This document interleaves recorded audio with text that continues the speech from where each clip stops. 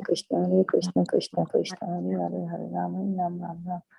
Krishna Hare Krishna, Vancha Krishna kalpatarubhyasya kripa sindhubhya eva cha patitanam pavanebhyo vaishnavebhyo namo namah. Ananta koti Vaishnav Vrind ki jai, Namacharya Srila Haridas Thakur ki jai, Srila Prabhupada ki jai, Ananta koti Bhakta Vrind ki jai, Srila Guru Maharaj ki jai. Hare Krishna. Thank you so much for all the devotees for joining this chanting call and giving your wonderful association. Thank you so much. This is Shama Supriya Revirasi from Houston, welcoming all the devotees. And now we will move to our next part of our session, that is our Prabhupada's Lilamrta summary session. So before going to this, can I know who are all joining this morning? Hare Krishna, Shyam Supriya Mataji, Dandavat Pranam, Srila Prabhupada ki jai, Guru Maharaj ki jai, Preeti Dasi from Srila. Hare Krishna. Hare Krishna, Preeti Mataji. Please accept my humble obeisances. All glories to Srila Prabhupada and Guru Maharaj. Thank you so much, Mataji, for joining this session and giving your wonderful association this morning. Hare Krishna. Hare Krishna, Shyam Mataji. Please accept my humble obeisances. Jai Srila Prabhupada. Thank you so much, Mataji, for your warm welcoming. This is Preeti Vilasini Devidasi from California, and thanks to all the devotees for the beautiful chanting. Hare Krishna, Preeti Vilasini Mataji. Please accept my humble obeisances. All glories to Srila Prabhupada and Guru Maharaj. Thank you so much, Mataji, for joining the session and giving your very sweet association this morning. Hare Krishna.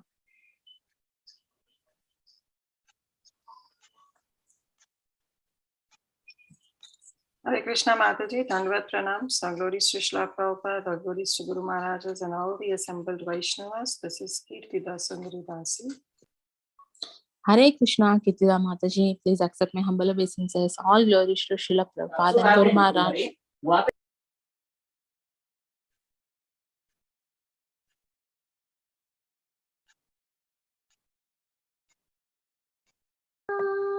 Hare Krishna, Mataji, Dandavat Pranam, all glories to Srila Prabhupada. This is Vinita Gandharvika Devidasi from Texas.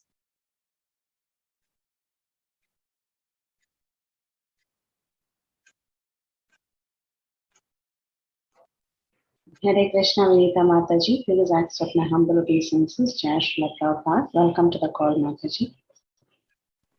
Hare Krishna, Mataji, Dandavat Pranam. Please accept my humble obeisances. All glories to Srila Prabhupada and Sri Guru and Gaurangi. All glories to the assembled devotees. Yashamati from Chicago.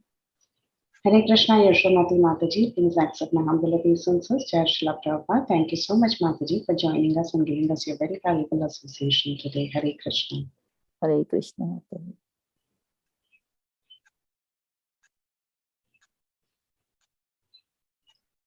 Is there anyone else who would like to introduce themselves?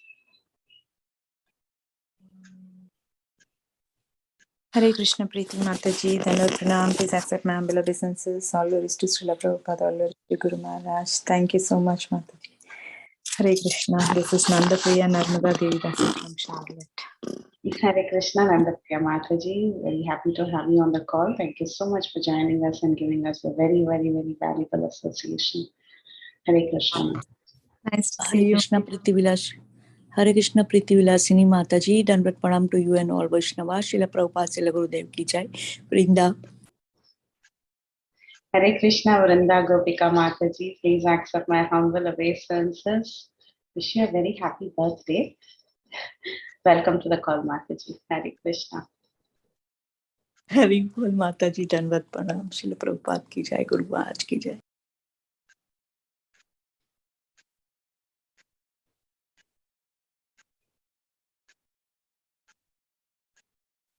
Is there anyone else who would like to introduce themselves? Hare Krishna, Preeti Vilasini Mataji, Dandavat Pranams to you. All glories to Srila Prabhupada, all glories to Guru Maharaj.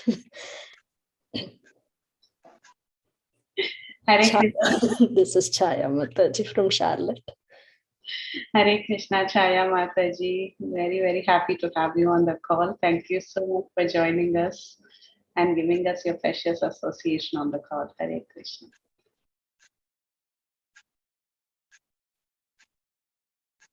Anyone else would like to introduce themselves? Do we have Gaurangi Mataji on the call? Mataji, 1 or 2 minutes, she will be joining it. Okay. Because I just saw a different name, I wasn't sure. Thank you, Mataji.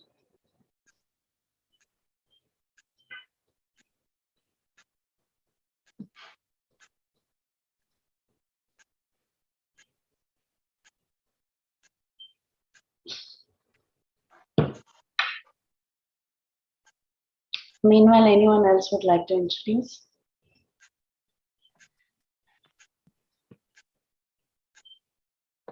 Hare Krishna Mataji. Hare Krishna Mataji. This is Lilamrta. Hare Krishna, Balavinda. Thank you so much for joining us and giving us your valuable association today. Hare Krishna. I don't have school today. You don't have school today? Wow. Until Monday. Oh, you have school on Monday though? No, I don't have school on Monday. I have school on Tuesday. Tuesday, wow. Nice, enjoy your time at home.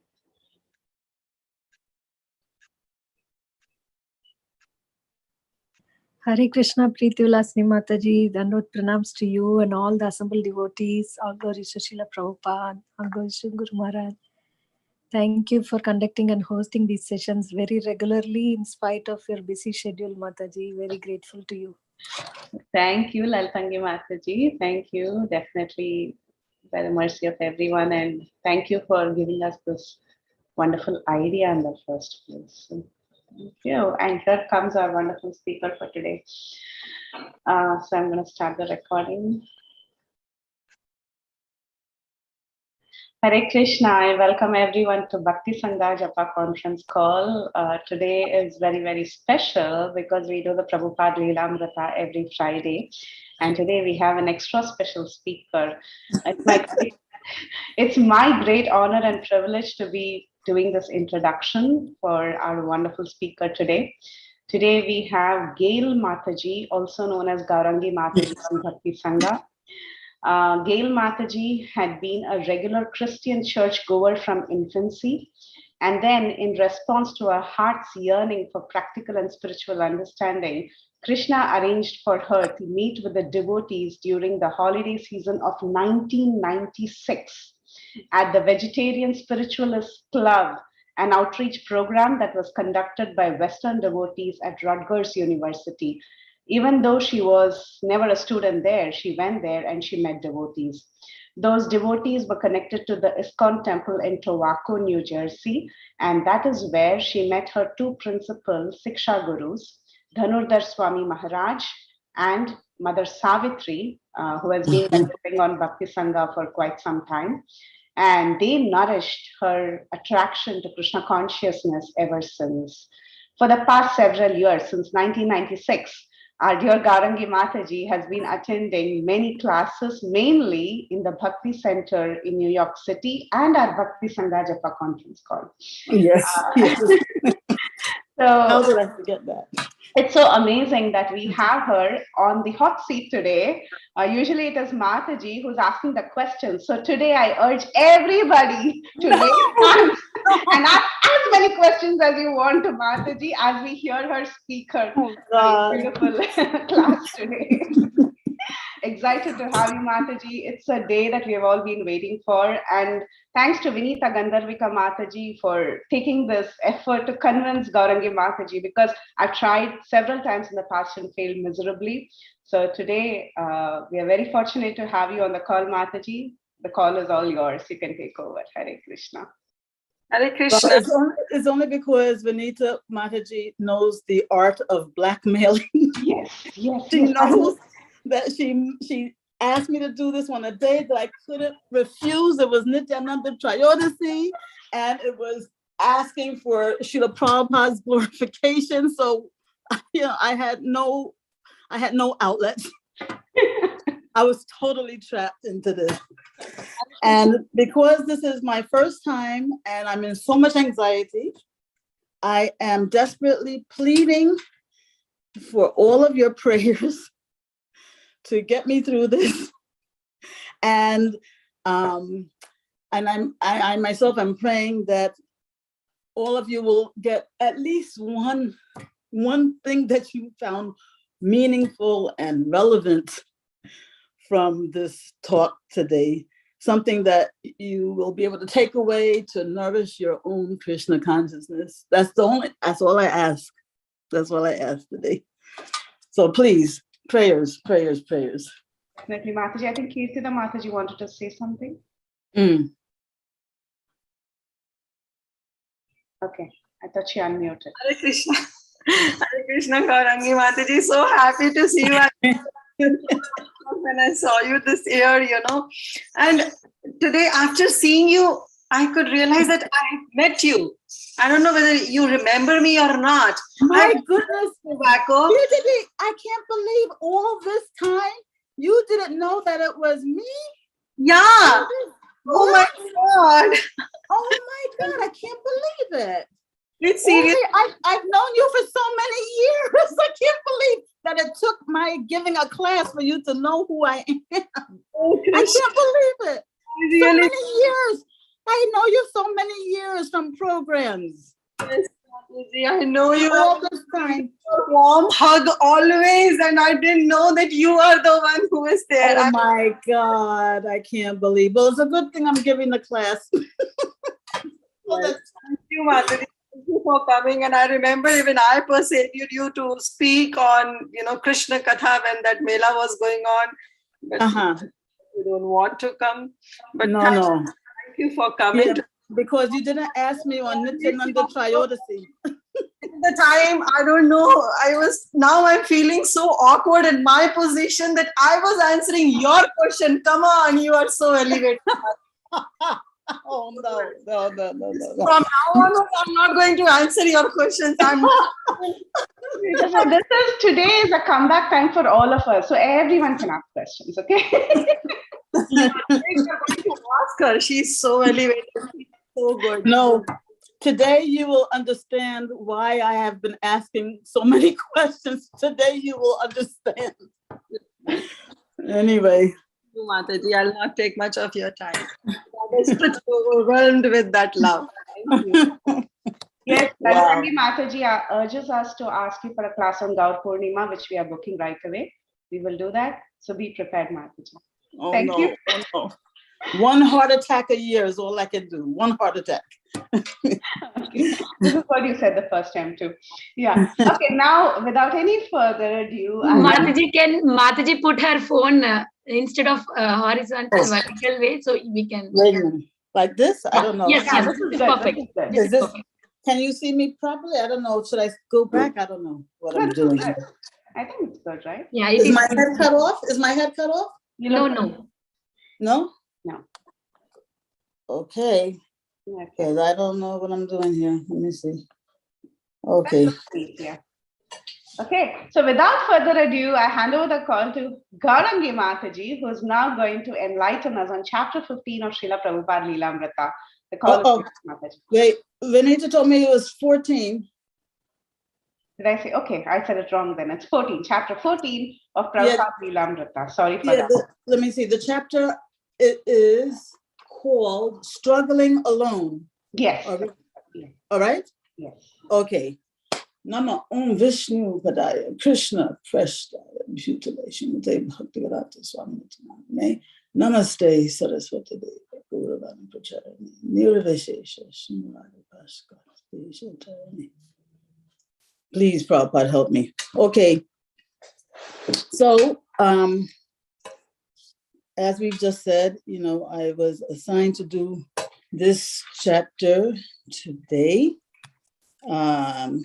It's the chapter that comes after Srila Prabhupada has just left Butler, Pennsylvania. And the time period that it spans is from October 18th, I think, to the end of November. Yeah. When I was reading this chapter, what struck me very prominently was the warmth that was felt by the various people that Srila Prabhupada interacted with in Butler, and after he left Butler, in Philadelphia, and in New York City. That was very striking for me. And that's what prompted me to decide to focus in on Srila Prabhupada, the person that's behind the Acharya, the person behind the position. Because I think for me, and I think like many other people, you know, our hearts are captivated not by a person's position, but by their heart. And their heart means how they deal with others, you know, on a personal, one-to-one basis, one-on-one basis. And so, especially because this was in the inception of Prabhupada's mission, we get to see so much of that one-on-one type of interaction. So I was thinking to, you know, cite the various interactions that show or illustrate this very endearing side of our founder Acharya, and the warmth that he exuded in his dealings with people. You know, and since, you know, this chapter that I'm supposed to cover today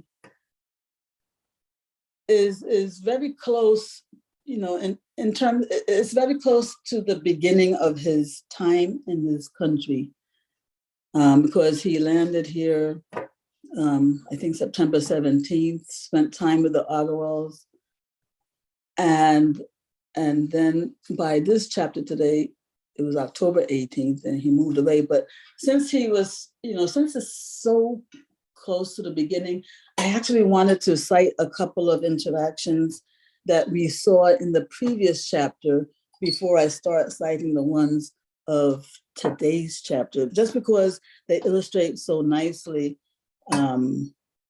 his personality.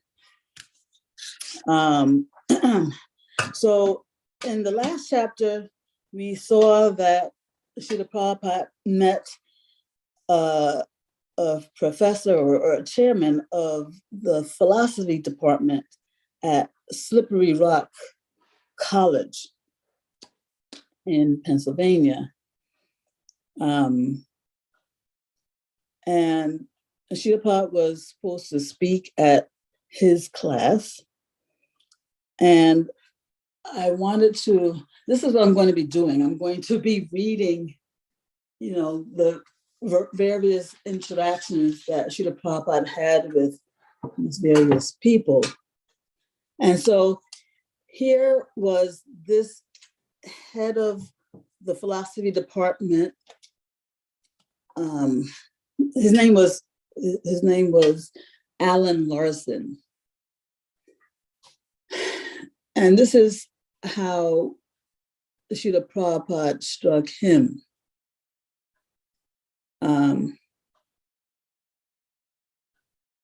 He said, when we were driving to Slippery Rock, I asked him, he asked Srila Prabhupada to pronounce his name for me so I would have it right when I introduced him to my class. He said, Swamiji Bhaktivedanta. And then he proceeded to tell me what that meant. Since I was not used to Indian names, he had to repeat it several times before I got it right.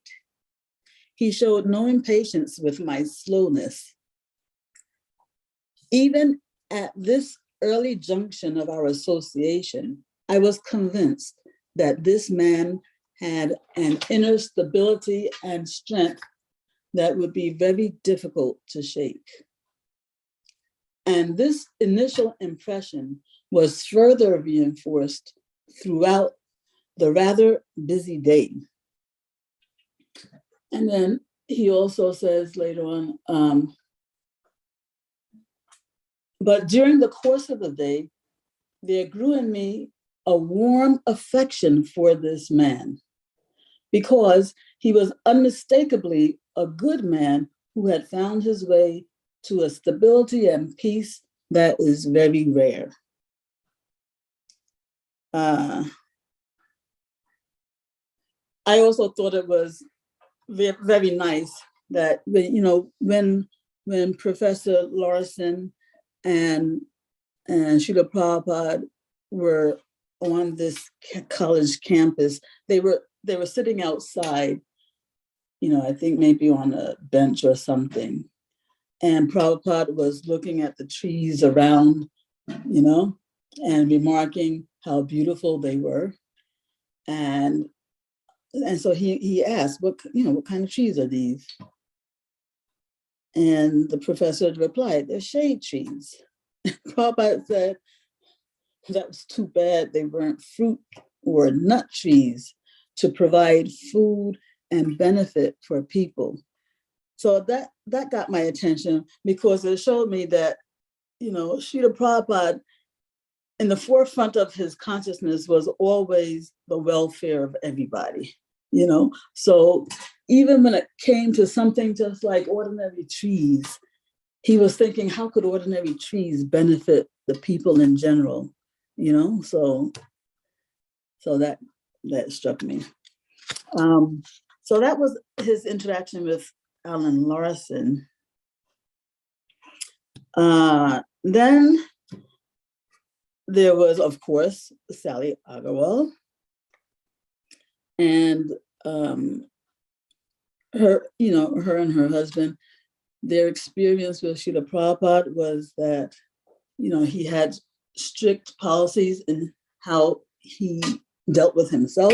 You know, obviously, you know, he didn't partake of the illicit things that they did, but, you know, they were impressed that he would never impose his own policies on anybody else, you know. And when they would make apologies for, you know, whatever illicit things they were doing, he would be like thinking, you know, think nothing of it. You know, he would always try to make people feel very much at ease. So, you know, that was, you know, his sensitivity towards others.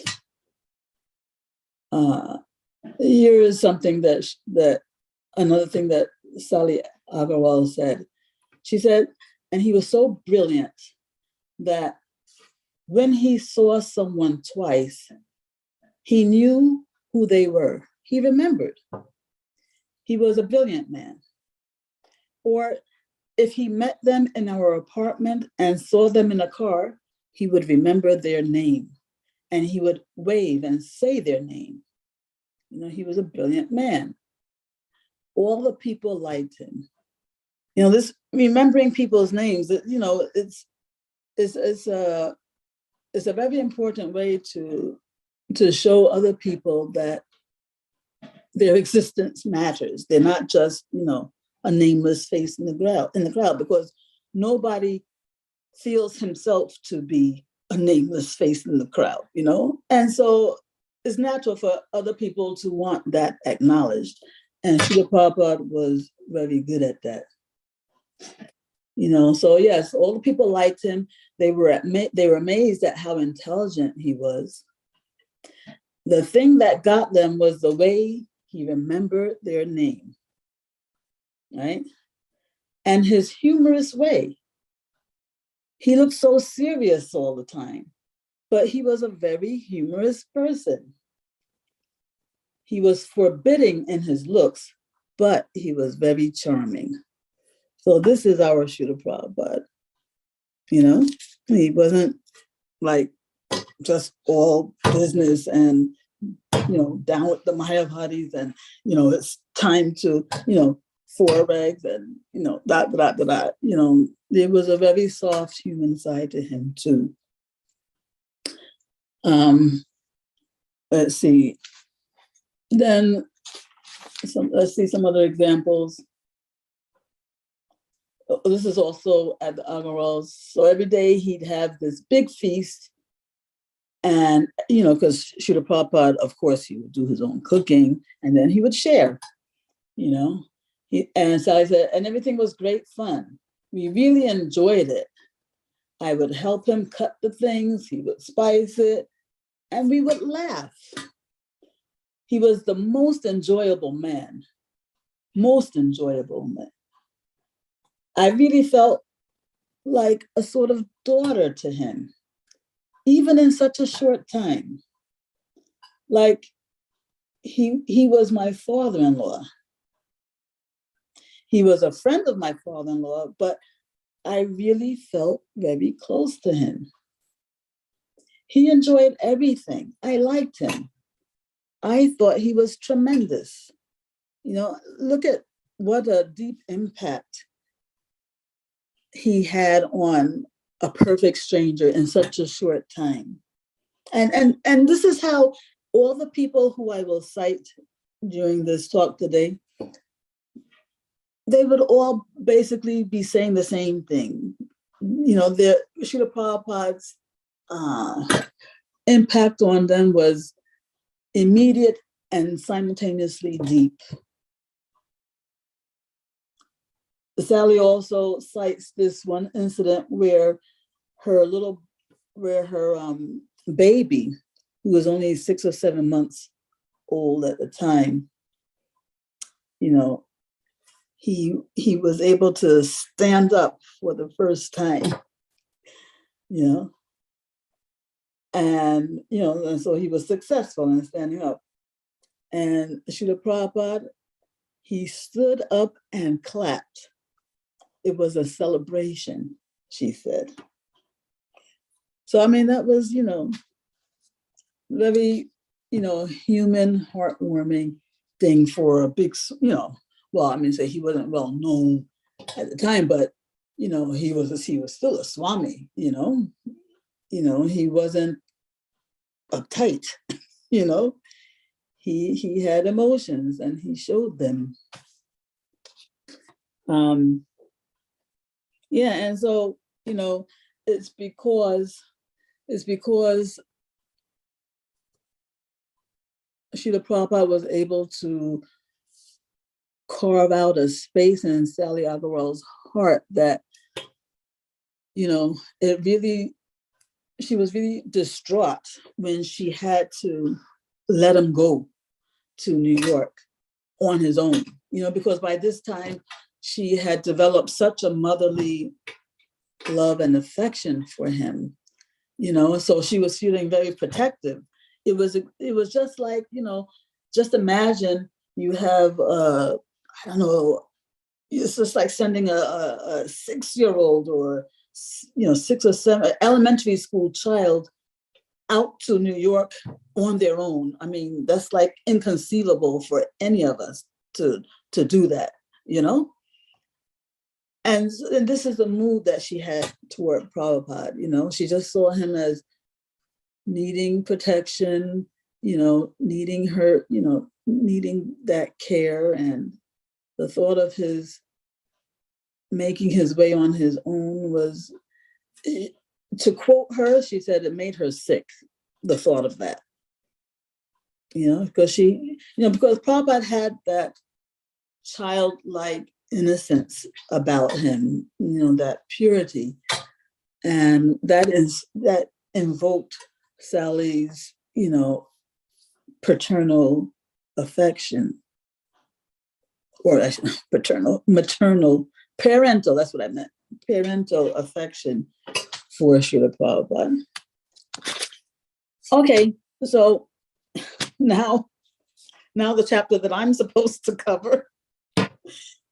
Okay, so in this chapter called Struggling Alone, Srila Prabhupada has left Butler, Pennsylvania, and is going to connect with Dr. Ramamurti Mishra, and he's going to be staying with him for several weeks.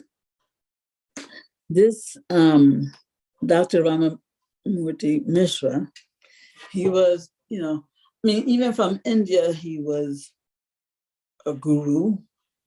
You know, he was Mayavad, you know, he's Shankaracharya, Shankaracharya, he was a follower of Shankaracharya.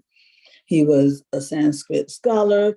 He was a medical doctor. He had authored some books, you know.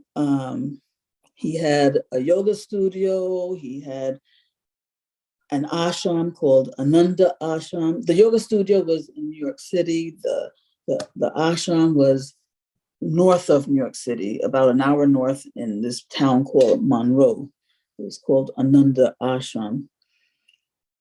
Yeah, so yeah, he had all these things going on, but one thing he didn't have going on was his health. He was a very sick man. He was like, I think he himself felt like he was on his way out, like he was dying. He had, as he said, you know, become like a skeleton. But Srila Prabhupada, in his very compassionate, human, caring nature, nursed him back to health. You know, this is how Dr. Mishra describes Srila Prabhupada. And you know, and what Srila Prabhupada did for him. He says, my goodness, this is like, this shows how deeply Srila Prabhupada affected people. He said, His Holiness Prabhupada Bhaktivedanta Goswamiji really knocked me down with love. He was really an incarnation of love. My body had become a skeleton, and he really brought me back to life. His cooking, and especially his love and his devotion to Lord Krishna. I was very lazy in the matter of cooking, but he would get up and have ready. So, you know, he nursed Dr. Mishra in such an affectionate way, despite Dr. Mishra being so offensive to Srila Prabhupada's dearmost friend, which is our Krishna.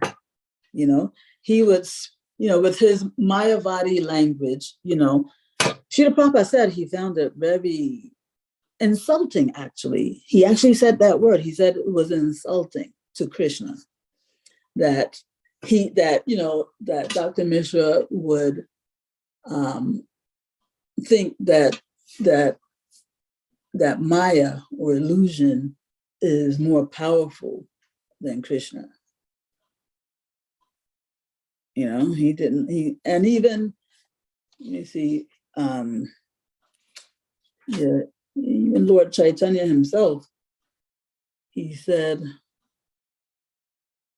Mayavadi Krishna Aparadi, which means Mayavadi impersonalists are great offenders unto Lord Krishna.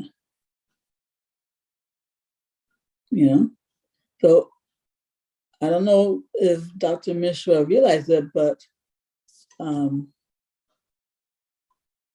by accepting this Mayavad philosophy, you know, he was in effect saying that Krishna is defeated by Maya, you know? So my point, though, is that although Dr. Mishra's language was so terribly offensive to Srila Prabhupada, nevertheless, he took such grand care of that same man. You know, normally, we in the mundane world, we have inimical feelings toward those who have inimical feelings toward our friends or family, you know, but Srila Prabhupada treated Dr. Mishra like nothing like that was ever said. You know, I mean, for most people, the most they could do was just like maybe stay away from the person. That's as good as it would get, maybe. But to actually, take care of the person and put so much effort into the care of such a person, I just thought that was way above and beyond. Probably kind of inconceivable for me anyway. And another way in which Srila Prabhupada showed that he didn't allow being at philosophical odds to come between them, they had a driver. When Srila Prabhupada and Dr. Mishra would go to Dr. Mishra's Ananda Ashram, upstate New York, they had a driver. What was her name? Susan, I think. No, Joan Suval. I'm about to come to her. But she would drive them up, and she would hear them in the back seat of the car having these like really intense arguments. They were like very animated. They were in Hindi, but she said that they were shouting arguments. But then afterward, they would again become friends. So,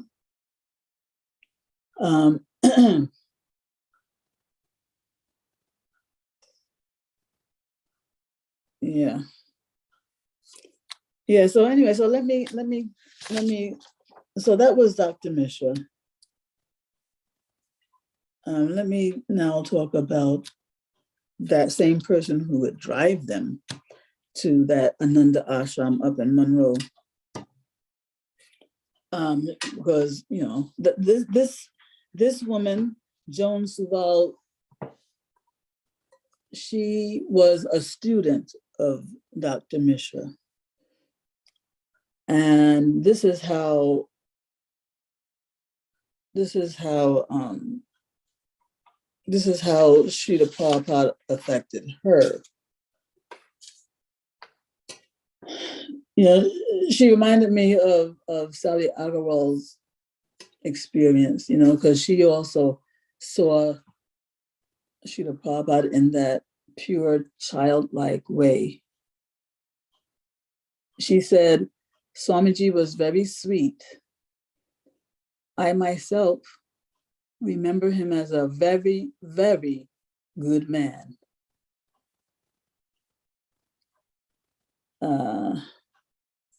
She said, I have a memory of Swamiji as a child in the sense of his being very innocent, a very simple person, very pure. She also talked about her teacher, Dr. Mishra's impression of Srila Prabhupada. She said that Dr. Mishra regarded Swamiji as a father figure who was kindly and good. Because Dr. Mishra, he was young enough to be Srila Prabhupada's son. He was 44 years old. But basically, the words most often used referring to Swamiji were like a child, meaning that he was simple in the classical, beautiful sense.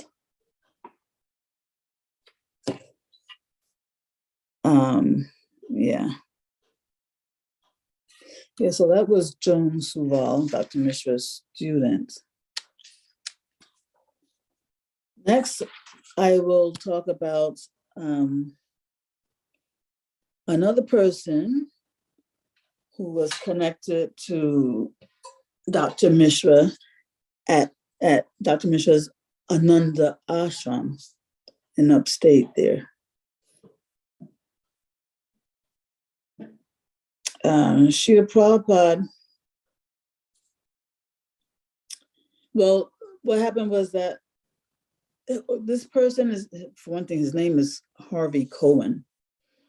And he had gone to Dr. Mishra's retreat at that ashram. It was a retreat weekend in Ananda ashram. And so it was like he had a room there. And so Harvey Cohen was, he was staying in his room by himself. And I guess the door was open and Srila Prabhupada walked by and saw him in there and initiated a conversation.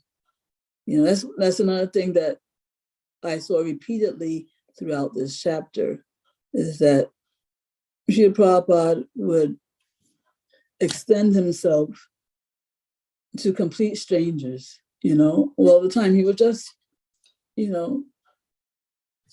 start a conversation. He wouldn't allow the fact that they were complete strangers to throw him off. You see, there was an interaction here between this Harvey Cohen and Srila Prabhupada that I wanted to read. So like I said, Srila Prabhupada had seen, when he was walking and saw,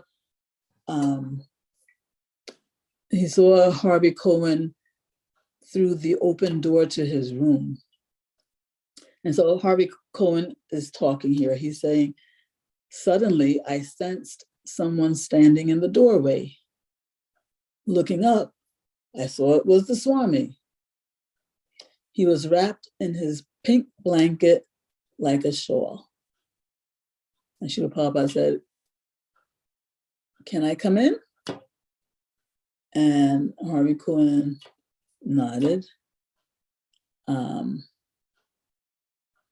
And Srila Prabhupada said, "Can I sit in the chair in the corner?"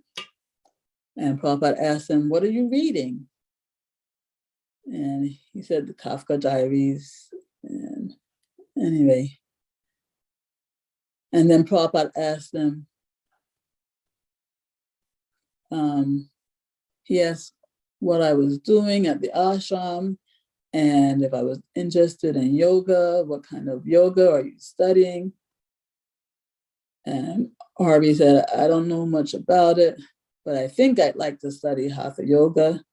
Srila Prabhupada was not impressed. Prabhupada said, "There are better things than this. There are higher, more direct forms of yoga. Bhakti Yoga is the highest. It is the science of devotion to God." So, Srila Prabhupada simply took interest in anybody who crossed his path,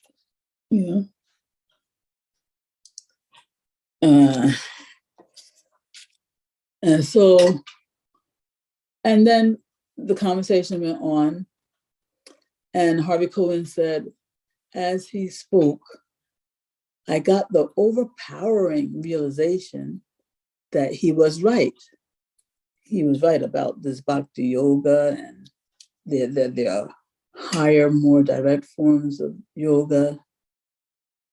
Somehow or other, just by Srila Prabhupada speaking, he got this conviction in his heart, that Prabhupada was speaking the truth, even though he didn't know anything, He said he was speaking the truth. Then he said, a creepy, ecstatic sensation came over me that this man was my teacher. His words were so simple. And I kept looking at him all weekend. Because remember, he's at a retreat weekend there at the ashram. He said, Srila Prabhupada would sit so calm and dignified with warmth. And he asked me to visit him when he got back to the city. See, that's another thing that it just sounds so simple, but I was just touched by the fact that, Srila Prabhupada would ask a perfect stranger to visit him when he, when Srila Prabhupada would return to the city. It just shows how open he was with people, you know. Then there was a person named, I don't know how to pronounce his name. I think he might have been Muslim, actually. Dawood Haroon. If anybody knows a better way to pronounce that, then please unmute. But he met this person named Dawood Haroon at a place where Prabhupada was supposed to be giving a lecture, and which was being hosted by the Tagore Society of New York. So I just wanted to describe a little bit of Dawood Haroon's first encounter with Srila Prabhupada. You know, let me just call him Mr. Haroon, because I think there's no ambiguity about how to pronounce that name. And so Mr. Haroon had come to hear the speaker. Maybe he knew the name of the speaker, but you know, he didn't know what he looked like. And so the place, I think, was pretty empty. There were some people sitting in the back, you know, of the auditorium, but Mr. Haroon was a person who liked to sit up in front. And so he went directly there, and he saw Srila Prabhupada sitting all by himself.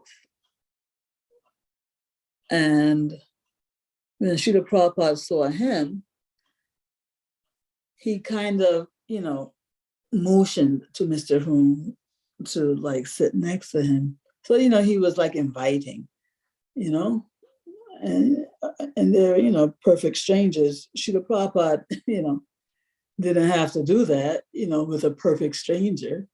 But that's how open he was, you know, he just invited him to sit next to him. And so, and it's not like he even started engaging him in conversation right away. He was just, you know, being friendly, you know, by inviting him to sit with him. And so he didn't even speak to him really like right away. You know, he would be chanting in his bead bag, and he would look away, and then he would look at Mr. Haroon. He would look away and look at Mr. Haroon. He was like back and forth like that. But then, you know, he would then engage him in some pleasantries, you know, like, you know, are you Indian, or, you know, you would just find out, you know, asking some personal questions about him, you know, being sociable, like, you know. And then the woman who was going to introduce Srila Prabhupada got up on the stage to introduce the speaker. And this Mr. Haroon, he was so shocked to discover that the person who had been behaving in such a friendly manner with him was actually the guest speaker, you know? Srila Prabhupada was so unassuming, you know, that he was so surprised that the guest, you know, he had no airs of self-importance, you know. No, he was just, he behaved with Mr. Haroon like he was just another member of the audience, you know.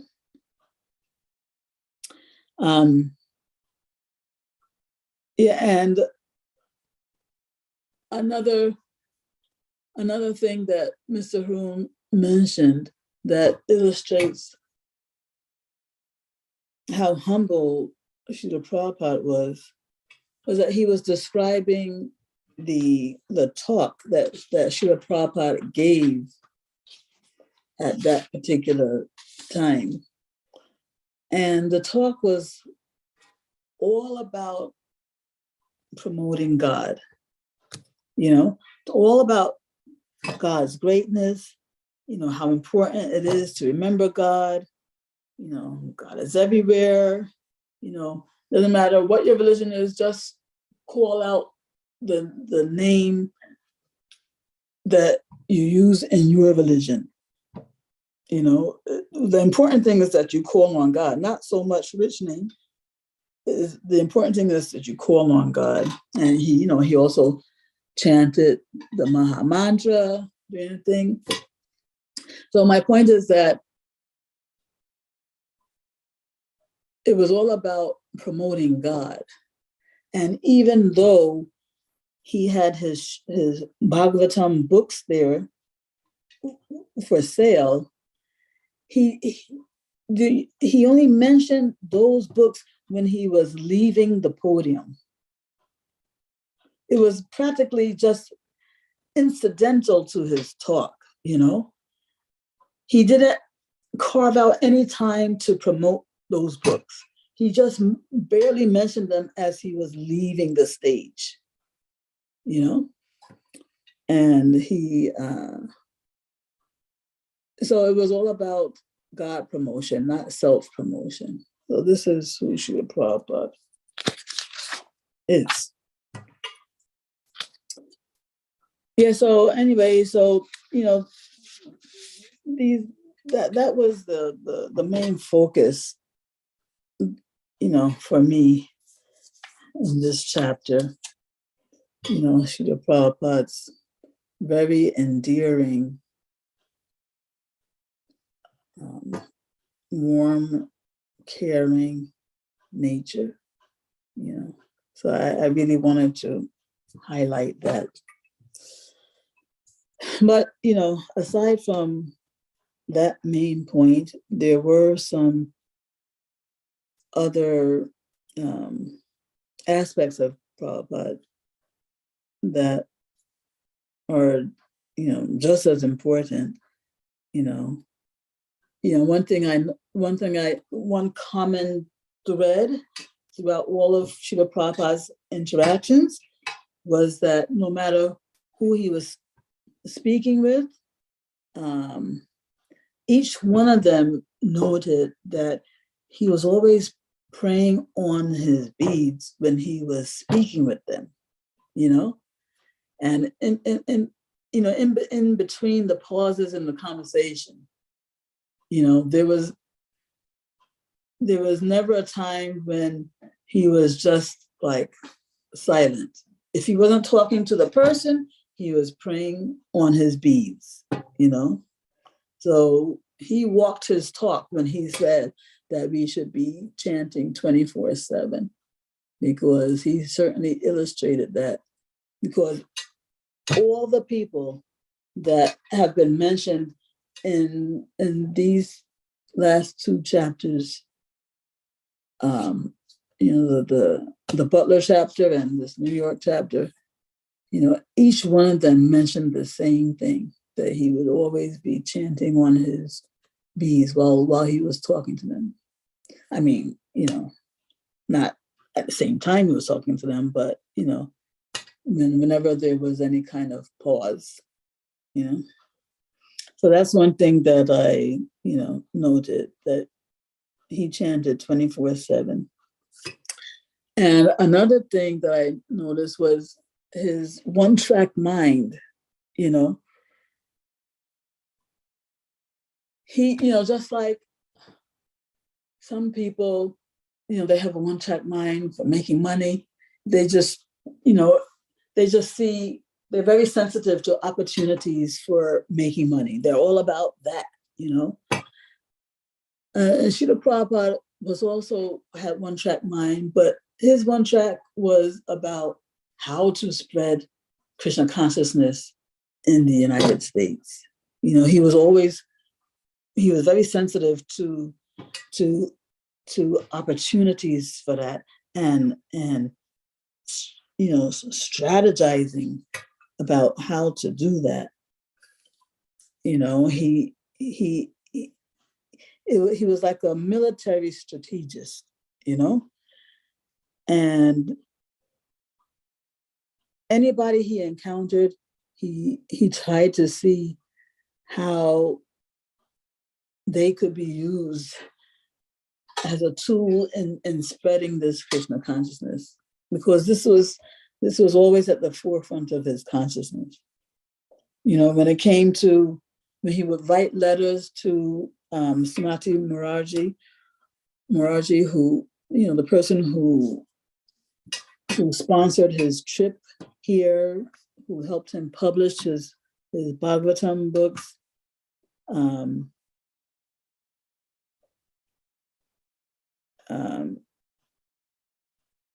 You know, he would always write her, you know.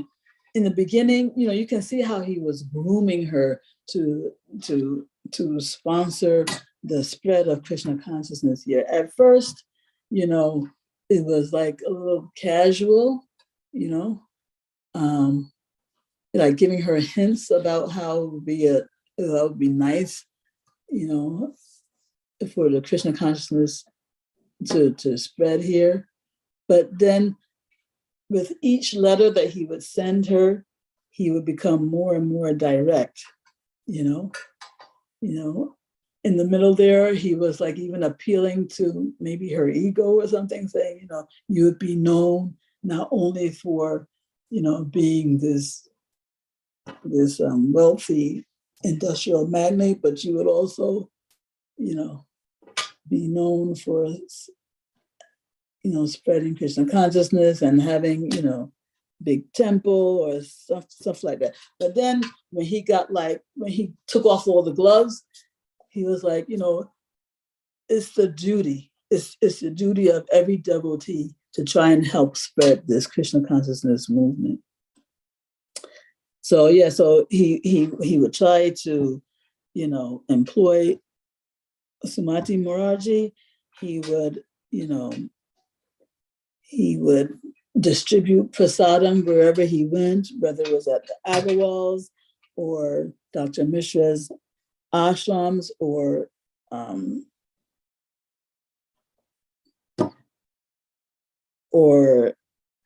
at his yoga studio. He would try to get his self-interested god brothers to come on board, you know.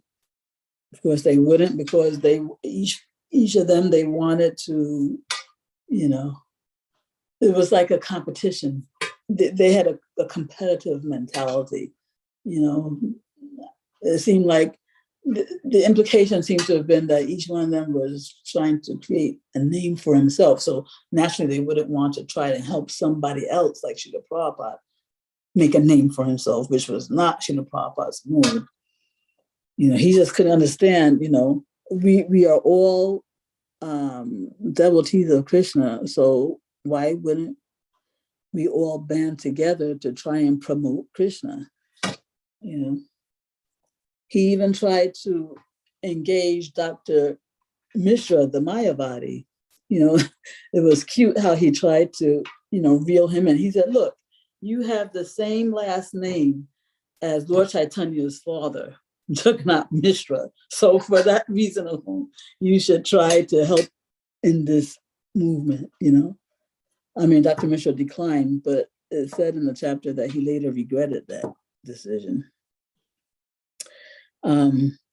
That Mr. Haroon, who Srila Prabhupada surprised, you know, he had gone to see Srila Prabhupada give lecture, and he was surprised that the person who he was talking to, that was Srila Prabhupada, he engaged that person in the service of helping him sell the books after the talk.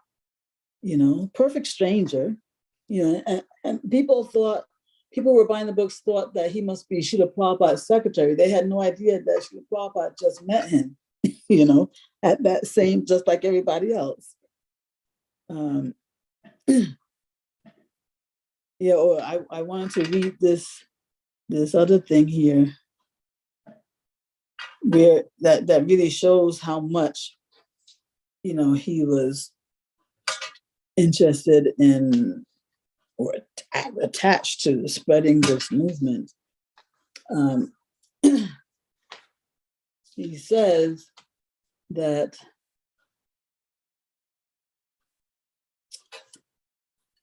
he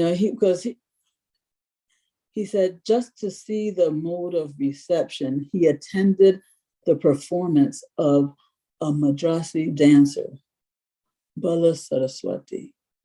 He said, I went to see the dance with a friend, although for the last 40 years, I have never attended such dance ceremonies.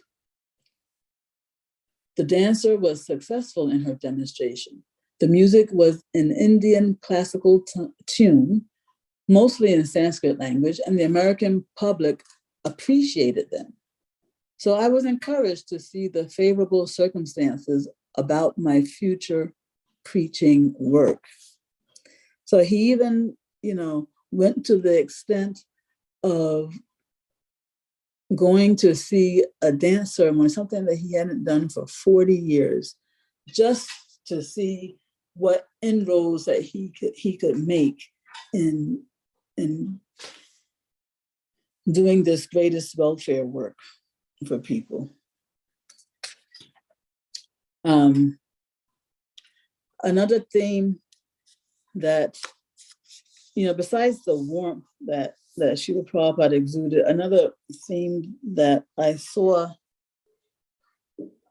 threaded throughout this chapter was his aloneness. Now, we all know that Srila Prabhupada was never alone, because he always traveled with his spiritual master and Krishna. But physically, to mundane vision, he seemed to be alone all the time. And this aloneness was something that came up repeatedly throughout this chapter and in the last chapter.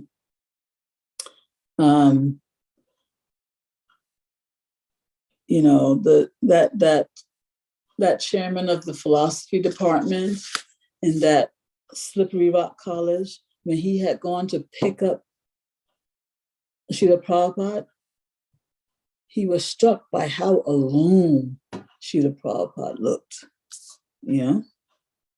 And whenever various people would go and see him at speaking engagements, like he was always like alone by himself, to himself, Various people said the same thing, he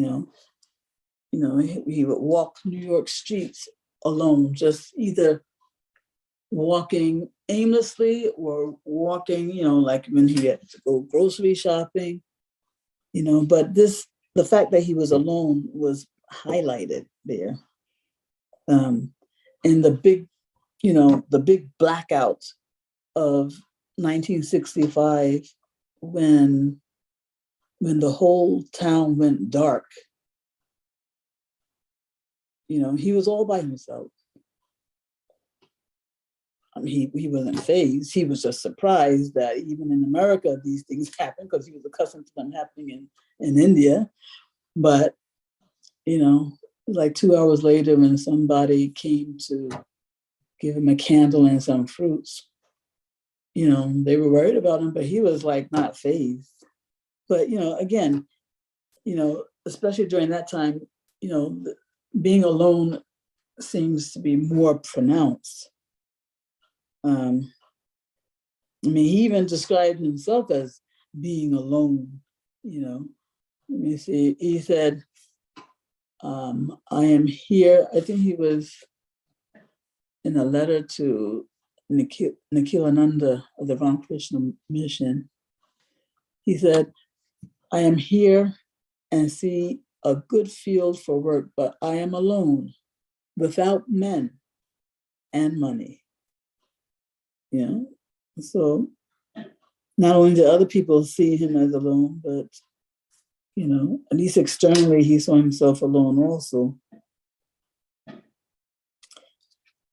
And so this aloneness of Srila Prabhupada was striking to me because it was in such sharp contrast to the Srila Prabhupada of the latter years of this movement, where, you know, he was always in the middle of an entourage, you know. And I was thinking, you know, if we had seen Srila Prabhupada back then, when he was always alone and so unassuming, you know, nobody would have looked at him and thought that he would be the founder of Acharya of a global movement that we know it to be today. You know, so in observing this contrast, I said, the moral of that story is that we better treat everybody right, because we don't know who we're looking at, you know? Because if we were looking at Srila Prabhupada at the time, we would not have seen a Shakti-Avesh avatar, you know? He was in like faded robes, some plastic white bath shoes, you know, looking pretty darn poor, you know? You don't connect that with like a worldwide acharya with all the, you know, attributes that we know ISKCON to have today. So, like I said, you know, you look at people and you really don't know who they are, because we would not have known who Srila Prabhupada was walking the streets all by himself back then. Yeah, so anyway, so that was, you know, something else that was very striking to me. And yeah, I'll just end on this note. I know I realize I'm 5 minutes over time already, but I just thought it was, you know, maybe I don't know if I'm making too much out of this, but I thought it was like really interesting that, you know, in this chapter, Srila Prabhupada saw, he felt that he only had a limited time to get this movement off the ground. His deadline was November. Let me see, November 17th. Yeah, he expected, as he said himself, he expected his American mission to end November 17th, you know? And, you know, American mission for me is like symbolic of Western preaching, you know? This American mission for me is like Western preaching, or, you know, the distribution of or proliferation of Lord Chaitanya's mission.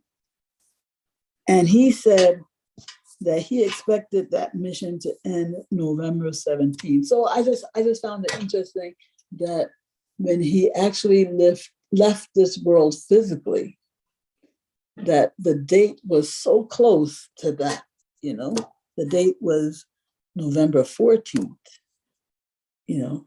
I mean, yes, there was a 12-year difference, but I feel like it was like prophetic or like a foreshadowing that I could even, this is a quote actually, where he said that he expected his American mission to end November 17th, yet he wound up his physical pastimes on this earth on November 14th. So anyway, I just thought that was like a little interesting. So that's what I have today. I actually even have some questions from my own class.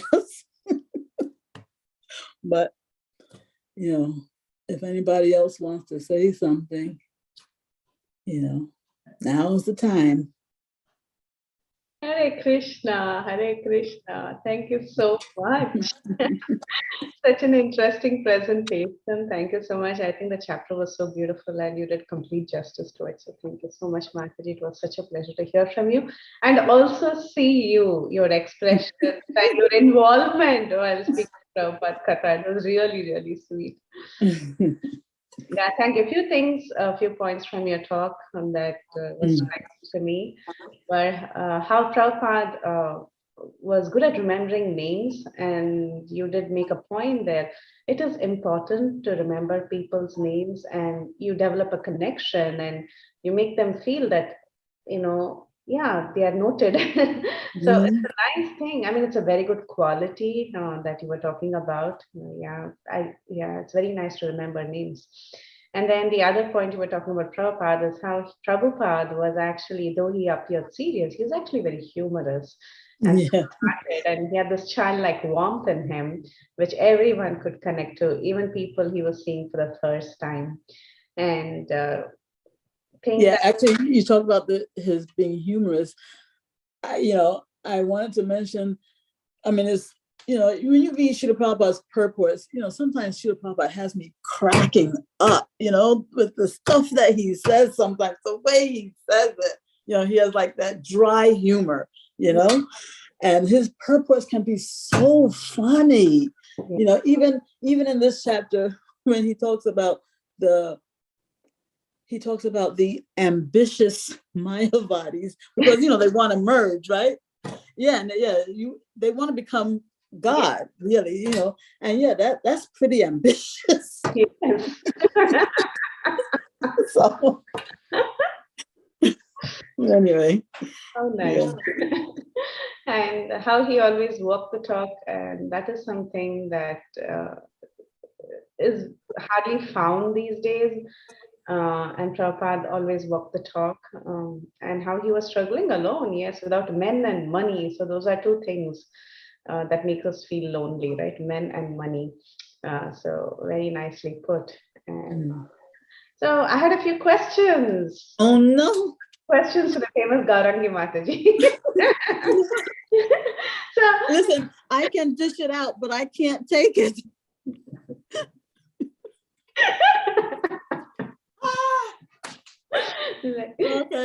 Okay. Hit me. Okay. So did anyone become his follower? I mean, you did talk about two prominent people who admired him, the Muslim person. Hey, that was my question. Remember I said at the end of the class, I said I had a question about my own class. That was it. I was going to ask if anybody knows if Harvey Cohen, especially Harvey Cohen. Yeah. What happened? Do you know who you don't know? Harvey Cohen, Joan Suval, and this Daoud Haroun. These are the people I was wondering. I peeked a little bit ahead, and I saw. I think Harvey Cohen. He is he ends up following him. Oh, really? And yeah. And I think he had a Brahmin thread. I don't know how come he had a Brahmin thread, but Srila Prabhupada and he was, I saw in the next chapter or something, I forget where, but it didn't end there. It didn't end at that Ananda ashram where they first met. So I was really wondering, since they felt so strongly about Srila Prabhupada, I was wondering if they ended up getting initiated. That's what even I'm thinking. Yeah. I don't know. Okay, nice. I mean, that would be so nice if that person got initiated. I know, right? Yeah. So again, another question to you, Mataji. So you mentioned so many qualities of Srila Prabhupada in this chapter. So was there one quality that really was like your favorite, and you still connect with Prabhupada on that quality? Yeah, I mean, I really, the one I tried to focus on was his personalism, Right. He treated, and I when I see this in other people too, I'm thinking about one Maharaj in particular, because for me it's like very prominent in him. You know, I really appreciate it so much when you deal with another person like they really matter. Yeah. I don't know how else to put it. You know, like, you know, they're not just another person, you know, they are, you know, like I was saying in the class, you know, or the talk, we don't see ourselves as just another face in the crowd. We matter a lot to ourselves, you know? And so when somebody else gives you that same kind of acknowledgement, recognition, whatever, not that we're looking, not in a self-centered way, you know, but you know, when you treat every person like every heart matters, you know, I just, that's a winning quality for me. Wonderful. You know, yeah. And that was Srila Prabhupada, you know, that was Srila Prabhupada in this chapter I saw. You know, he would extend himself to complete strangers. You know, look at this, what was his name? Dawood Haroon. You know, he just, you know, the way he extended himself, complete stranger. You know, even, what was his name? Harvey Cohen, you know, engaged him. You know, he was, you know, Harvey was minding his own business. Srila Prabhupada could have just easily passed him by, but, you know, he took the time to give Harvey his association and try to, you know, whoever he would meet, he would try to uplift somehow or other, you know. So that was very special. And he was just so much warmth, you know, just so much warmth. Wow. Thank you, Mataji, for that. My other question was, when we saw your introduction that you came to ISKCON in 1996, just was curious, what is it that is keeping you so enthused to this day in ISKCON? I mean, what is that one thing that has attracted you so much that you stay enthused every minute, like as if you're a brand new devotee? As if what? You're a brand new devotee who has just figured out. I mean, you stay enthused every day, so. Well, as far as class is concerned, you know, I mean, you know, everybody, Krishna has his bait to reel in everybody, right? So I'm a philosophy kid. He reeled me in with the philosophy. You know, I always find it funny when people say, oh, when Bhagavatam class starts, that's when people, you know, fall asleep, you know, and people, the lecturers, they need to use stories to keep people engaged. But for me, I'm exact opposite. Because I'm like everybody has their, I'm mentally challenged when it comes to stories because I can't keep names and people straight, you know? It's like very random for me, you know? It's like, you know, well, why couldn't that person be named this and that? You know, it's not a logical thing for me that, so because of my challenge with keeping the names and things straight, you know, I'm opposite. I cannot follow stories. So I'll ask you 1,000,000 times what happened. but philosophy, that's when I wake up. I wake up with philosophy. That's my hook, you know? And, but I have to say though that probably almost equal draw for me are my favorite deities, you know? These two, the darshans of my favorite deities, especially if they're dressed, you know, in the way that I like, you know, forget about whether Krishna likes it, but if I like it.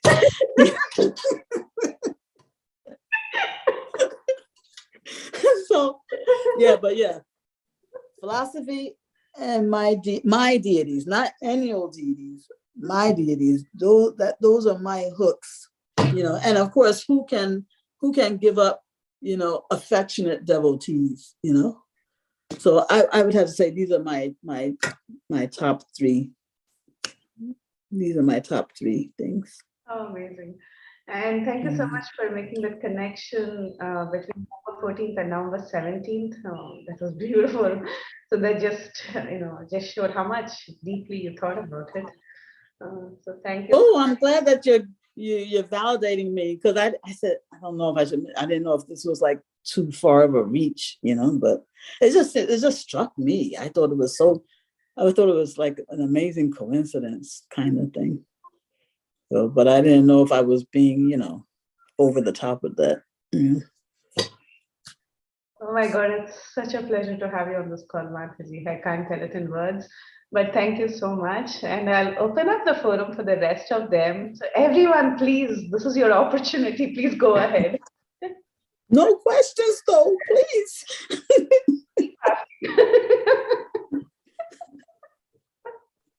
Hare Krishna, Mataji. Such a beautiful class. And some points which drove home, like how Srila Prabhupada remembered the names of people. Yeah, who's speaking? Because I'm, besides being challenged in stories, I'm technologically challenged too. This is Sukhsagari Devi. Oh, Hare Krishna, Mata. Hare Krishna. Yeah, is your camera on? I'm flipping through this thing. I don't know if your camera is on or not. No, Mataji, sorry, I'm not on camera today. Oh no, that's okay. That's okay. I just didn't want to miss you if you were. Yeah. Yes, Mataji. So the point which you told, that how Srila Prabhupada remembers names, actually it reminded me of my Guru Maharaj also. Like once a devotee was a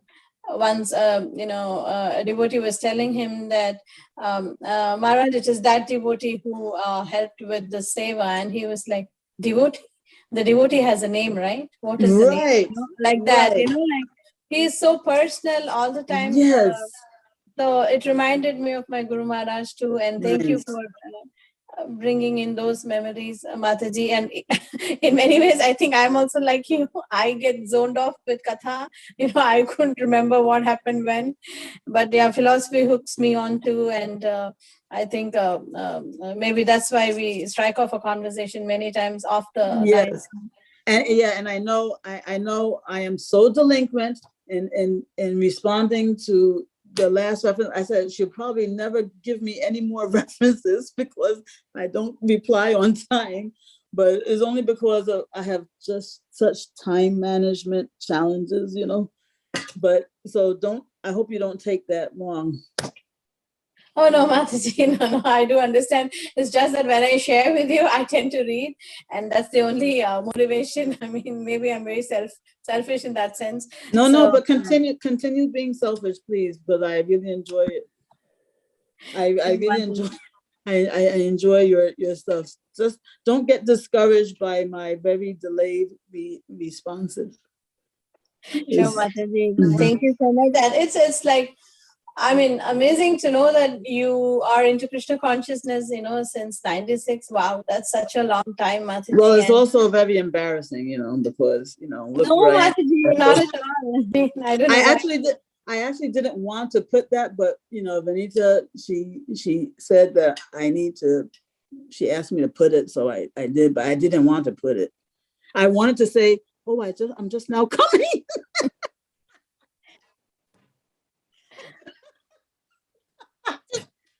So that, that would explain a lot of things, but if you say to somebody, oh, you've been here, then it's like, what's your problem already? Anyway, what to do? We all have our journeys, and it's, Mataji, please give your association more often. No, I cannot. It's too stressful. I told you, Prabhupada, I said, Prabhupada, only for you. Very nice, Mataji. Whenever you can, please give us your association. I mean, even otherwise by messaging or whatever it's comfortable with you, Mataji. And it's so nice to hear you today, Mataji. Thank you so much. Hare Krishna. Thank you so much, Sukhsagari, for coming on. Thank you very much. So nice to hear you. Hare Krishna Mataji, please accept my humble obeisances. All glories to Srila Prabhupada and Guru Maharaj's. This is Anuradha Mataji. I know, Anuradha. I know your voice. Are you yes. on? Or are you? You want me to? No. I mean, it's up to your comfort level. It's just that, if you're on, I don't want to miss you. I'm on now for you. Okay, let me did see it for Srila Prabhupada, so I'm doing it for you. Let me see. I told you. Oh, wait, there you are. Hare Krishna Mataji. Thank you so much for such a wonderful class. Wanted to ask you a question, but it was so I just amazed the way you gave the class. It was so natural, even if you're saying you're so stressed, but the class was so natural.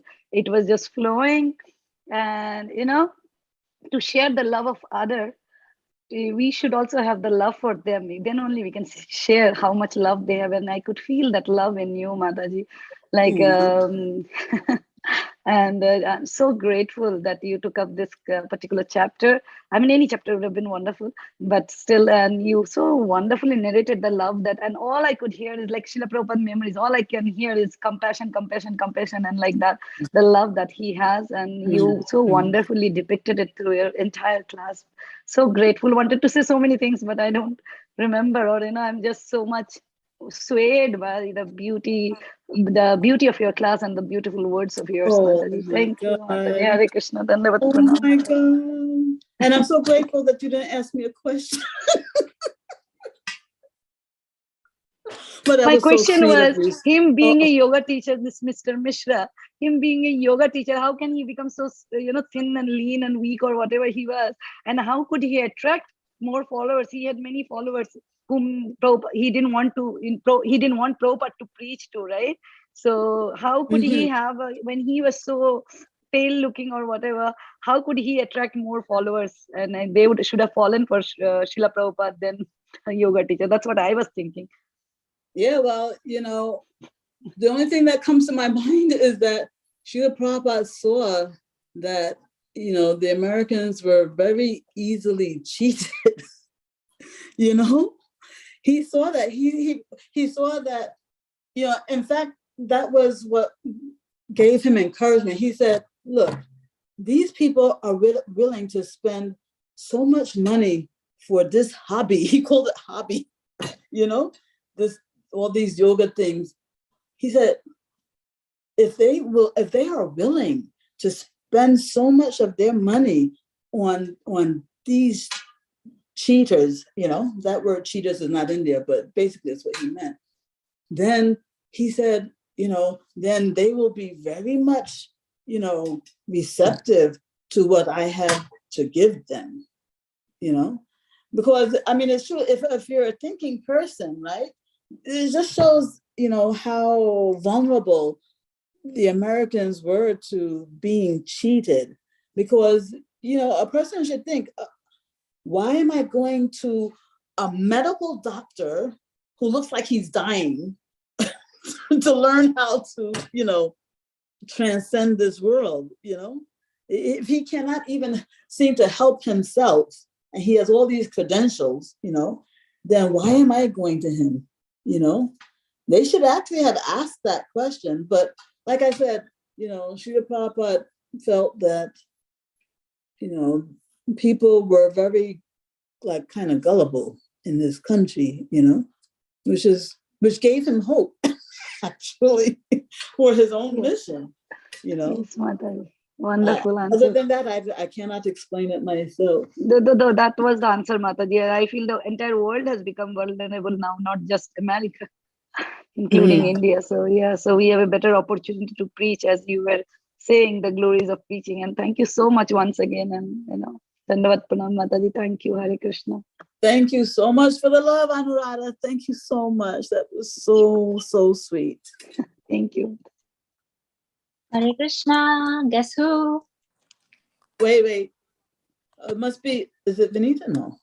Wait. No, talk some more. I don't want to talk some more and I will guess. Do you see my Janaki?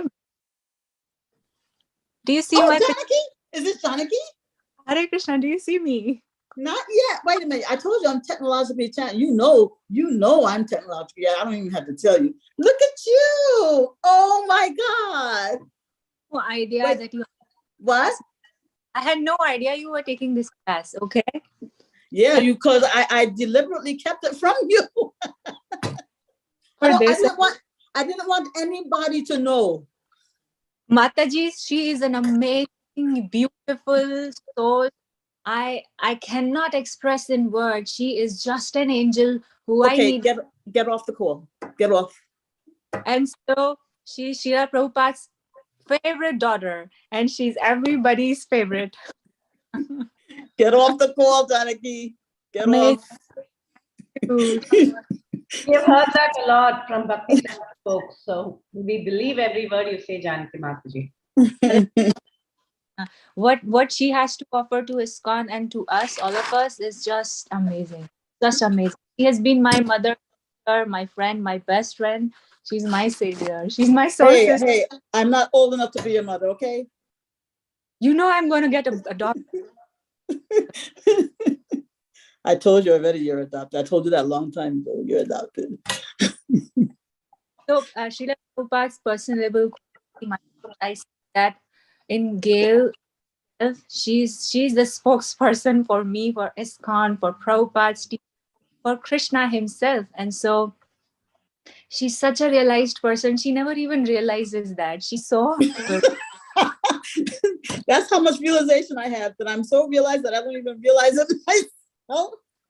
You just made my point. You just made my point. Thank you. Yeah, you, and thank you so much. Thank you so much for being you. Aww. Thank you, Janaki. I'm gonna hear the class again and give you my No. I don't want to miss this. You're such a gem. You're such a sweetheart.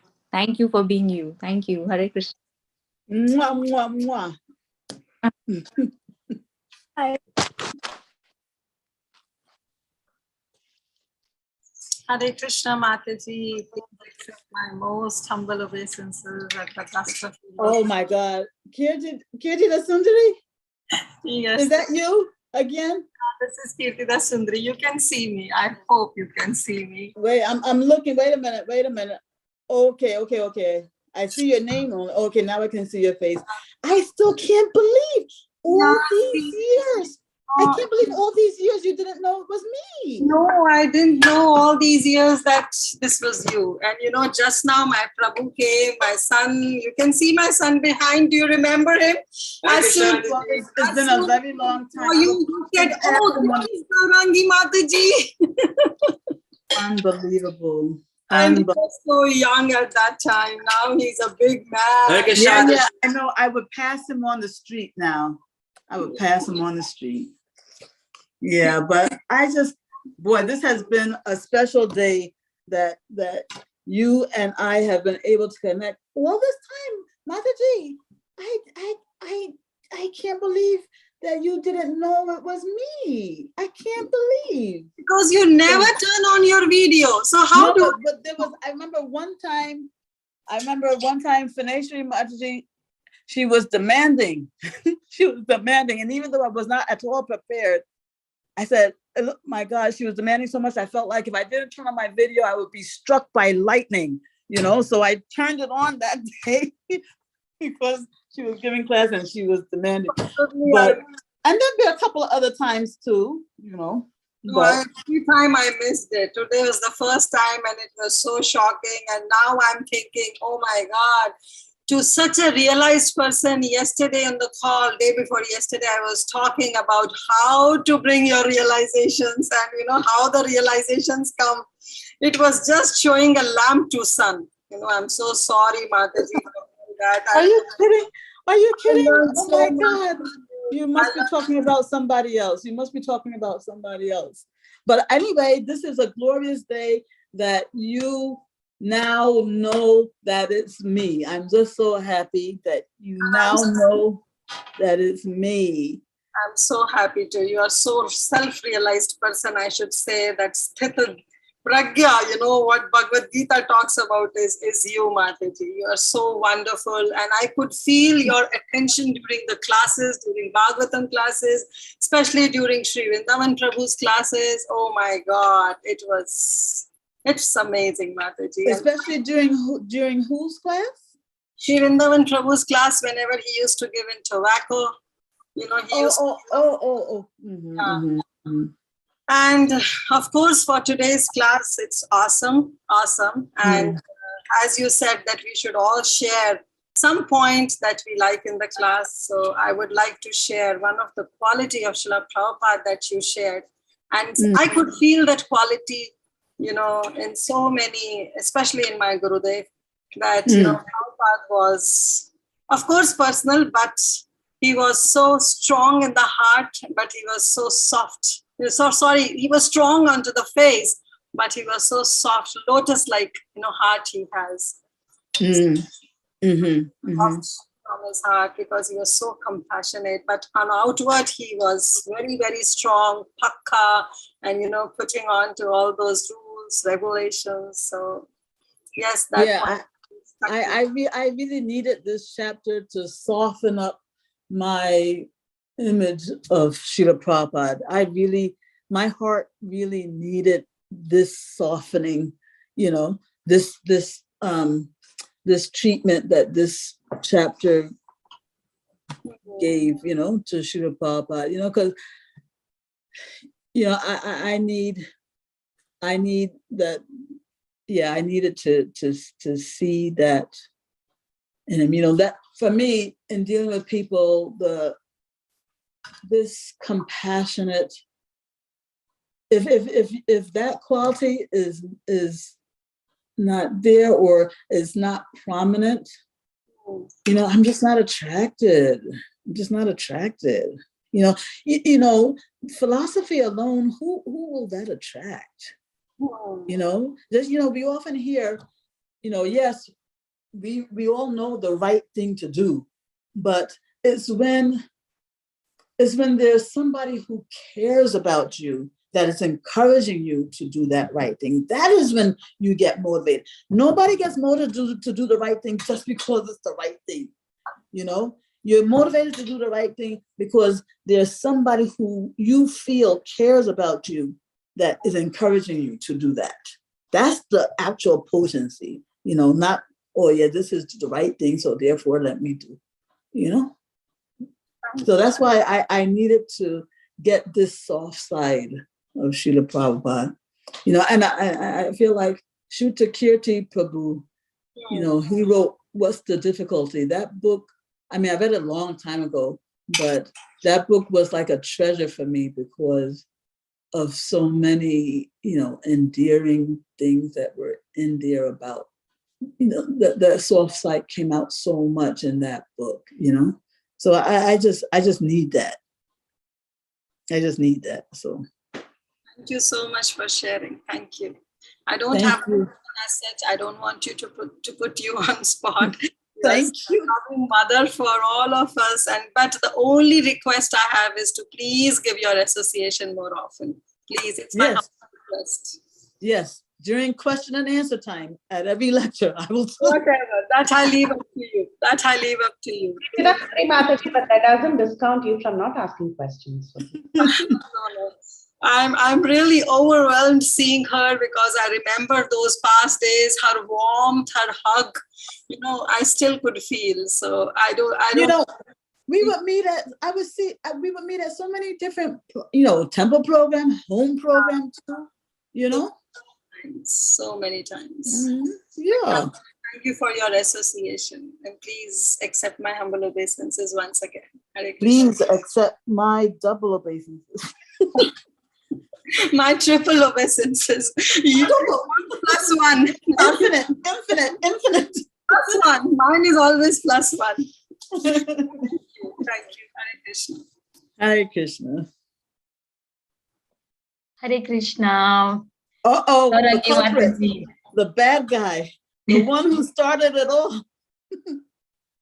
Hare Krishna. I shouldn't even talk to you, Benita. I shouldn't even be talking to you. You got me in No, this. Mataji, I will be calling you all the time. Don't worry. I will block. I'm blocking your number after today. I'm blocking. No. Okay, Mataji, I have ways to call you if you block my number also, no problem. And I'm so grateful to you, Mataji. Thank you so much for accepting the request. I'm so happy that I could hear from you, because during Krishna Katha Mela also we brought all the coordinators and the regular attendees of the call, but we couldn't get you. But this time, because of Srila Prabhupada's mercy, we could get it. Thank you, Mataji, and very beautiful class, the way you were explaining about Srila Prabhupada qualities and the chapter in detail, how he was interacting with the different devotees. It was so nice. And I also really like the point that how we have to be so personal with a devotee when you are dealing with them. So that way they get more connection to us, and then they will be more involved in Krishna consciousness. That I really like. And then and also when you said that how you are so many years, how you are so much enthusiastic because you love the philosophy and you love the deities more.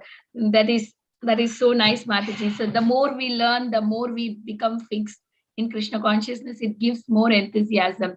Thank you, Mataji. I will try to read more books and learn more and be enthusiastic like you for years and years until I stay here in this material world. Thank you, Mataji. I'm going to tell you a little secret, but about this Srila Prabhupada and his names thing, right? Remembering names. In my pocketbook, I carry a little cheat sheet. I call it a cheat sheet. So I put down, if I feel like I might not remember a person's name, right? I have a little black book.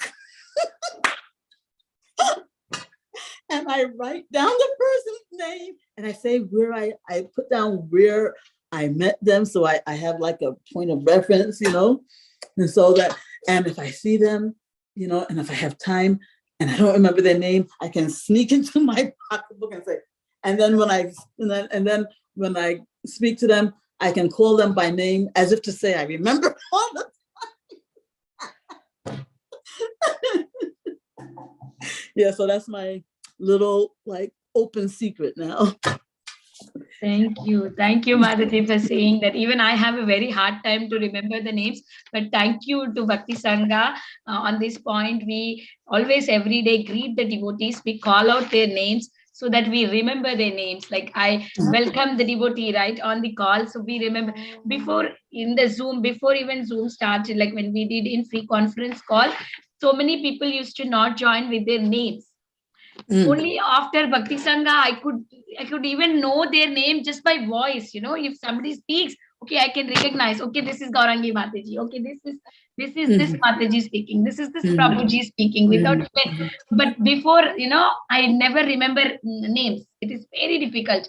Thank you to Bhakti Sangha making me practice of remembering devotees, so that way we are so connected to devotee.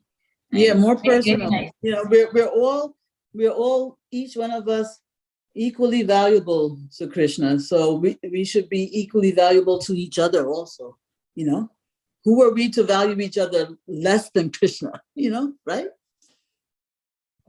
And I also like the point that you said, like you give equal respect to everyone, because who what we don't know, right? Who is going to turn out to be a great devotee.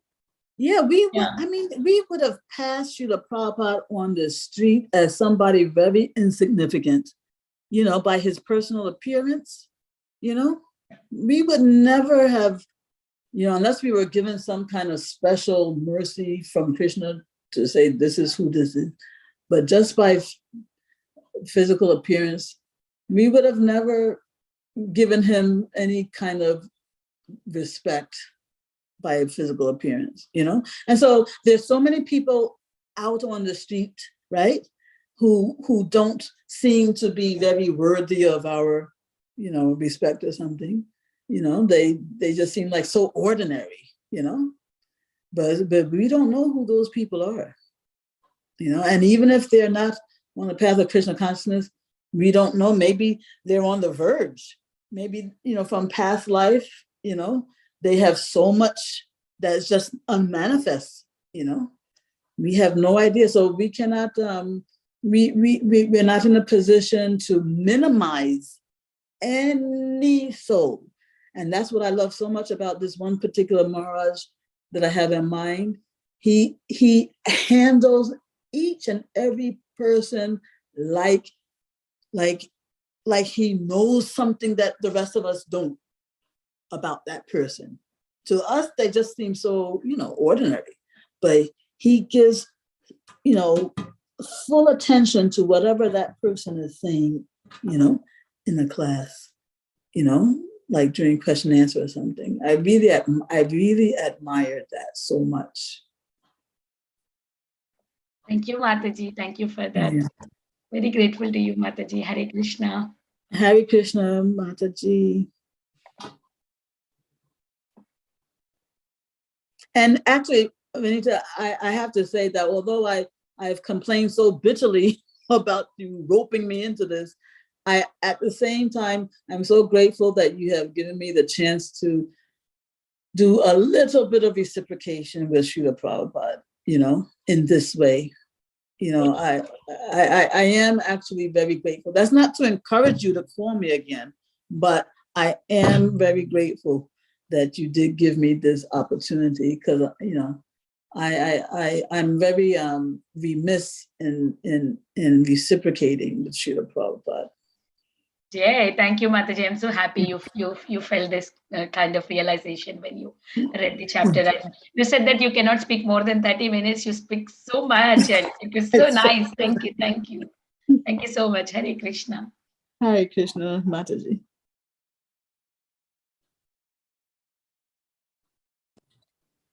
Hare Krishna, respected Aji, Gaurangi Mataji, Koti Koti Srila Prabhupada, Srila Gurudev ki jai, Shri Radha Gopinath ki jai.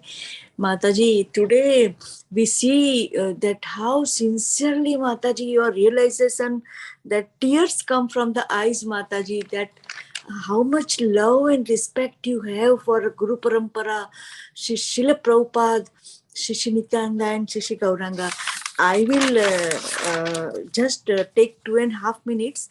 Whatever you teach us, I just write down and I repeat again with your permission, Mataji. Mataji, we can only learn from hearing from you, because I don't know, I've never met anybody like you. I don't even know what you're doing in this world with a heart like yours. My goodness, it's just like whatever you have, I wish would rub off on me. That's all I know, because her birthday, Mataji. Huh? Her birthday today. Oh my goodness gracious. Oh, happy birthday.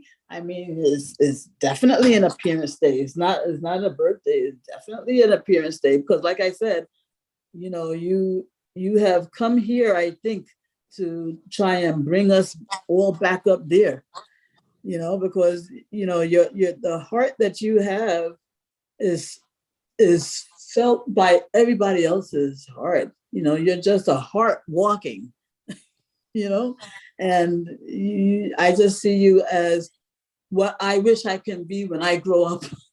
I aspire to have your heart and your appreciation for the devotees. I mean, it's, you're here, but you're not here. That's all I think. Yeah. Mataji, today you explained Koti Koti Danvat Pranam to H. Gaurangi Mataji. Today you explained from Srila Prabhupada Amrita so deep, devotionally, and especially not reading, but the realization is touched to heart that Dr. Mishra is 44 years old and they are going for Hatha Yoga. At that time, Srila Prabhupada is not interested. So Prabhupada explained about the Bhakti Yoga in his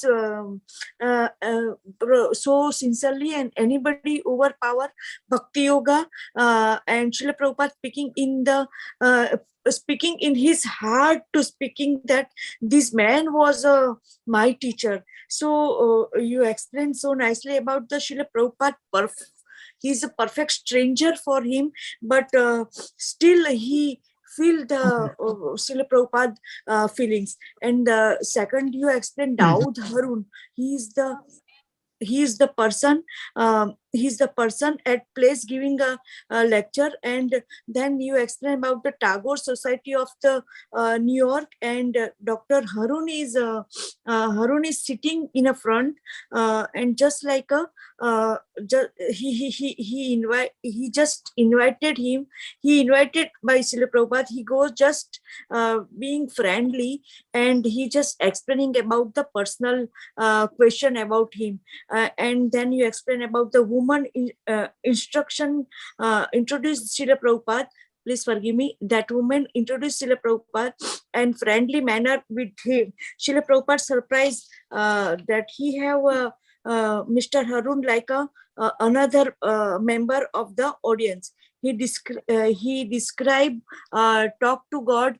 Srila Prabhupada explained about the talk God, remember, and God is everyone in, and he chanted whenever he get the time between the two person conversation, he chanted his Hare Krishna Mahamantra. Then he explained about that Madrasi dancer, her name is Balo Saraswati. She danced so nicely, and classical music, and nobody is understand the Sanskrit that time, but still they are attending that dance so attentively. All Americans are attending that dance so attentively. So Srila Prabhupada think that sure these all American will accept Krishna conscious. Srila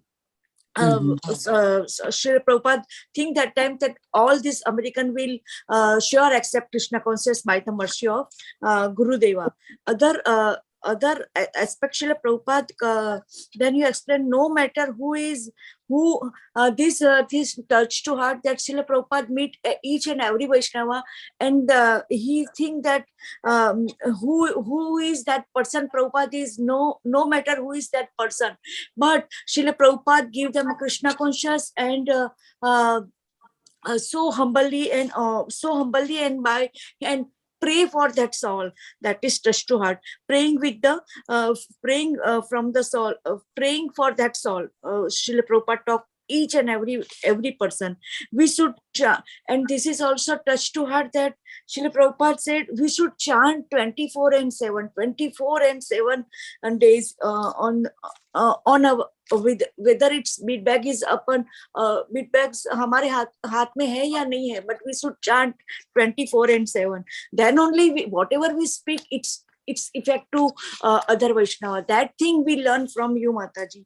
And making money, and then whenever any kind of pose making money, Srila Prabhupada is just thinking how to spread Krishna consciousness in the abroad. He's just set up that mind. That point is also touched to heart. Srimati Moraji is sponsored the trip and published Shri Bhagavatam also. Casual more and more direct speaking Krishna conscious. Every duty. This is just to heart, Mataji. Srila Prabhupada explained that every duty to pray, to try to spread Krishna consciousness, whatever that capacity. Distribute prasadam. Srila Prabhupada distribute prasadam, Dr. Mishra's ashram, yoga studio, and everywhere. And this touched to heart, Mataji, that Dr. Mishra is Mayavadi, but Srila Prabhupada told that you're coming from Lord Chaitanya Mahaprabhuji's Lord Chaitanya's mercy, because your name is Mishra. So Jagannath Mishra's mercy you get. That point to the heart. And medical person episode still not understanding that I already explained, Mataji. Srila Prabhupada, then you explain Srila Prabhupada loneliness. Whenever Srila Prabhupada is going for a street or for grocery or cooking at the age of 70, Mataji, cooking 30-40 Vaishnava, and they never seen a roti. So they eat 10, 15, 30 roti. And Srila Prabhupada is making roti, and not only kitchen part, Mataji, cleaning part also Srila Prabhupada is doing. And then and roti without rolling pin. He rolled roti by hand. Not by hand. And then after that, they slowly they come in a seva, and some is taking for cleaning the vessels, and some is taking for a grocery. So Prabhupada engage each and every soul in the seva, but it's take time. So that 7-8 months Prabhupada is doing everything, puja and cooking parts and cleaning parts. And you explain about the chairman of the philosophy department to see the Srila Prabhupada and New York Street in 1965, big blackout. And that time 2 hours there is no light, and somebody will give a candle and fruits to Srila Prabhupada, and that Nityananda Ramakrishna mission, I am alone with.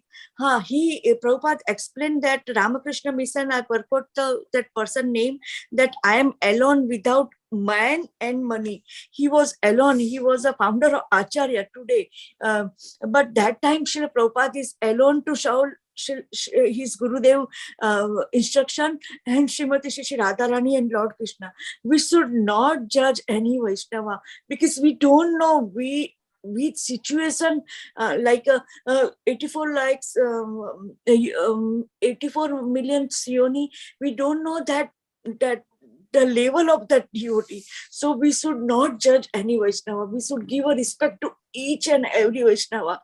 We should not and we should non-Vaishnava also, non-Vaishnava. Yeah. And Satyadev, and you explained about the Satyadev Avtara, worldwide Acharya Eskon today. But he is so simple. He bring the grocery. He done each and everything for Lord Krishna and Srimati Radharani's service. One man so at the age of 70, and November 17 expected. And then you explain, Mataji, it's going on. I will give the chance to other Vaishnava. Anant Koti Danvas Pranam to your seva. Srila Prabhupada, Shri Radha Gopinath. Your realization is just too hard. Not only me, but each and every Vaishnava, Mataji. Hari Hari Bolga, Hari Hari Gauranga. Thank you, Mataji. Your heart touches our heart, Vrindagopika. Your heart is amazing. And happy. I hope we have a very Krishna conscious, very heart fulfilling day today and every day, but especially today. May what you do for others is done for you today. Hare Krishna. Hare Krishna, Gaurangi Mataji, such a beautiful class. I have no words. I've always wondered who is this Mataji who is asking so intelligent questions, and you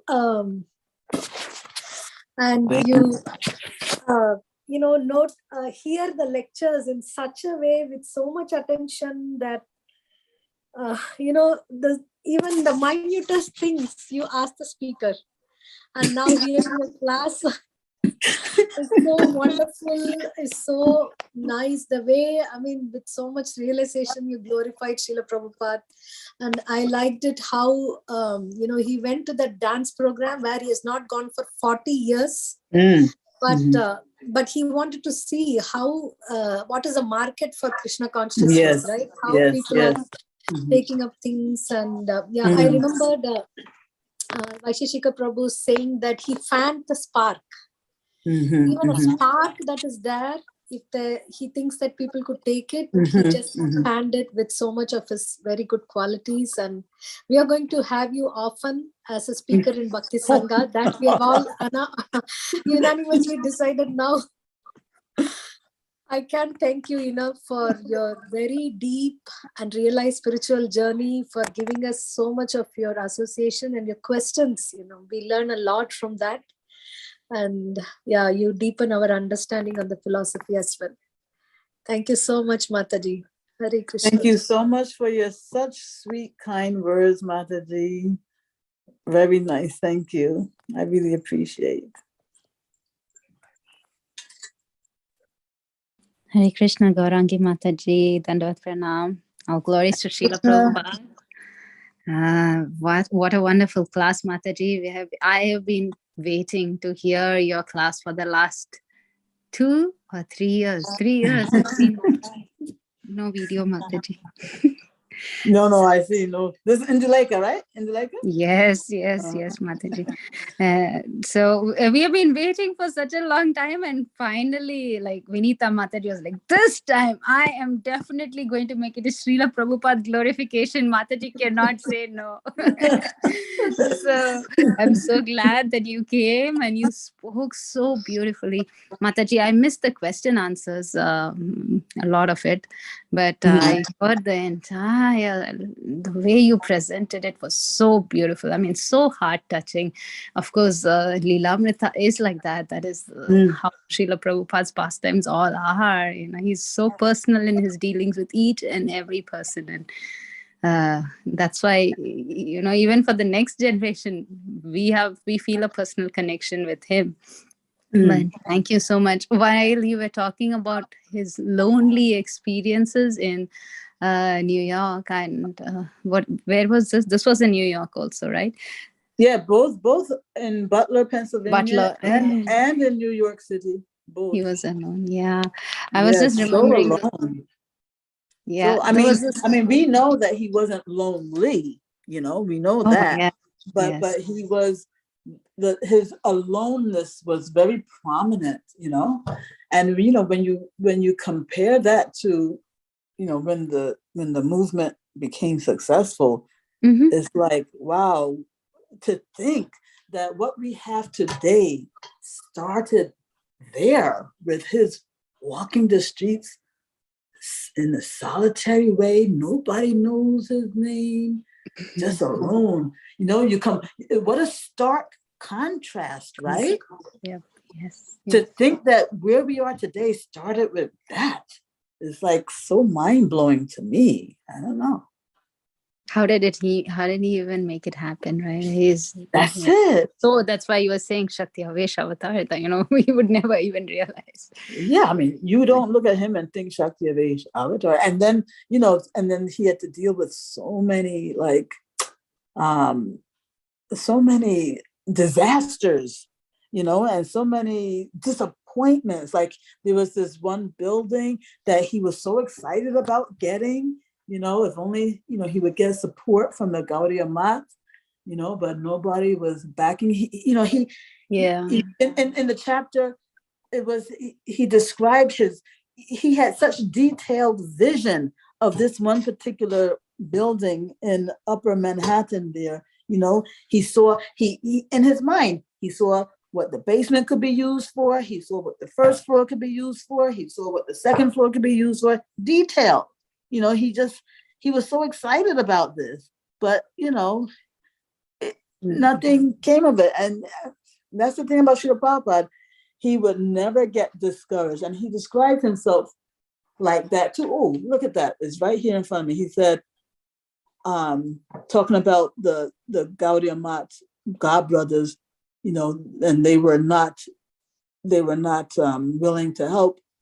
So he said, it is not very encouraging. Still, I'm not a man to be disappointed.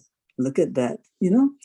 I mean, nobody could have survived the disappointments that he did and still pressed on. We would have taken it as, oh, this must be a sign from Krishna. I'm not supposed to do this. Right, you know? We cannot move forward. Then we'd be like, okay, I'm done.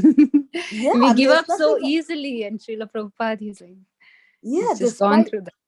Yeah, despite having put so much energy and to get disappointment after disappointment and discouragement after discouragement. I mean, who could continue? But as he said, he's not a man to be disappointed. That's a quote. Yes. Well, it was such a beautiful class, Mataji. Please come, and you have to be speaking more often, Mataji. Of course, we have to hear from you. Please do that. And I see that they are already planning to book you for Gaura Purnima. So excited. No way.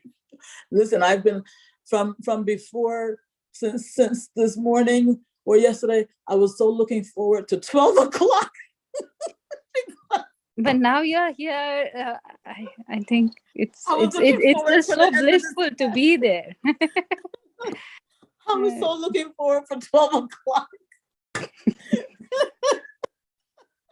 when will this 12 o'clock come? So this stress can be off my head. So yeah, Gorpani, nah. I will still be recovering from today. I will be recovering still. Mm-mm. Well, thank you so much, Mataji. We are very blessed to have Hare you. Krishna. Thank you, Indilega Maharaj. I mean, Maharaj, Mataji. Yeah, I see it's already I'm past 12, so yeah. I'm getting intoxicated with all the praise. I'm getting intoxicated. All glories to Srila Prabhupada. Oh boy. Hare Krishna, Mataji. Gaurangi Mataji, my Dandavat pranams to you. All glories to Srila Prabhupada and all glories to Sri Guru and Gauranga.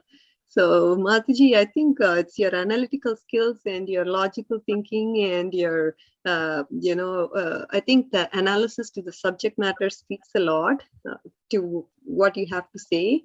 And each and every situation, you kind of put yourself into that. Whatever Prabhupada has gone through, you kind of help us to get that perspective that, okay, how are we supposed to react in such a kind of situation, and how will we react to that? In fact, we would not do what Prabhupada did, but then you're helping us think. And I think through your questioning also, you help us think a lot. So this is like, I think the maximum utilization of buddhi. I think that is definitely seen the way you presented this to us, Mataji. Thank you so much. All glories to your service. And again, as Indu Mataji said, there's no doubt you're coming back again and you're going to give us the nectar and help us understand and realize more. Yeah, actually, I feel that Srila Prabhupada, and I once heard one Maharaj say this too, that, when you see what Srila Prabhupada, how Srila Prabhupada pressed on despite such discouraging experiences, the moral of the story is, we don't get to give up.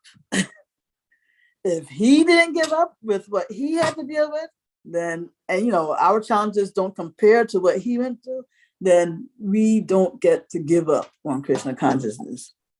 That's the takeaway for me.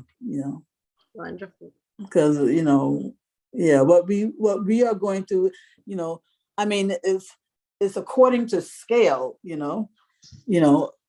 We're going through challenges that is in proportion to who we are, and Srila Prabhupada went through challenges that's in proportion to who he is.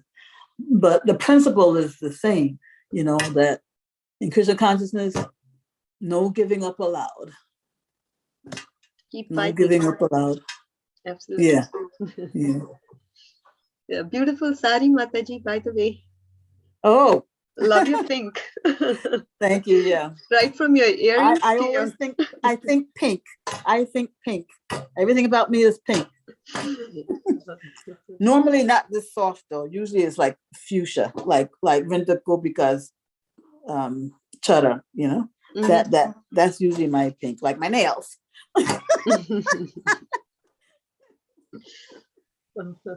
But thank you. Thank you. Of course, Mataji, of course. Your attention to detail, I think I admire you for a lot of things. Sometimes you bring up questions which we wouldn't have even thought about, and I thank you for that. Sincerely, I have to thank you.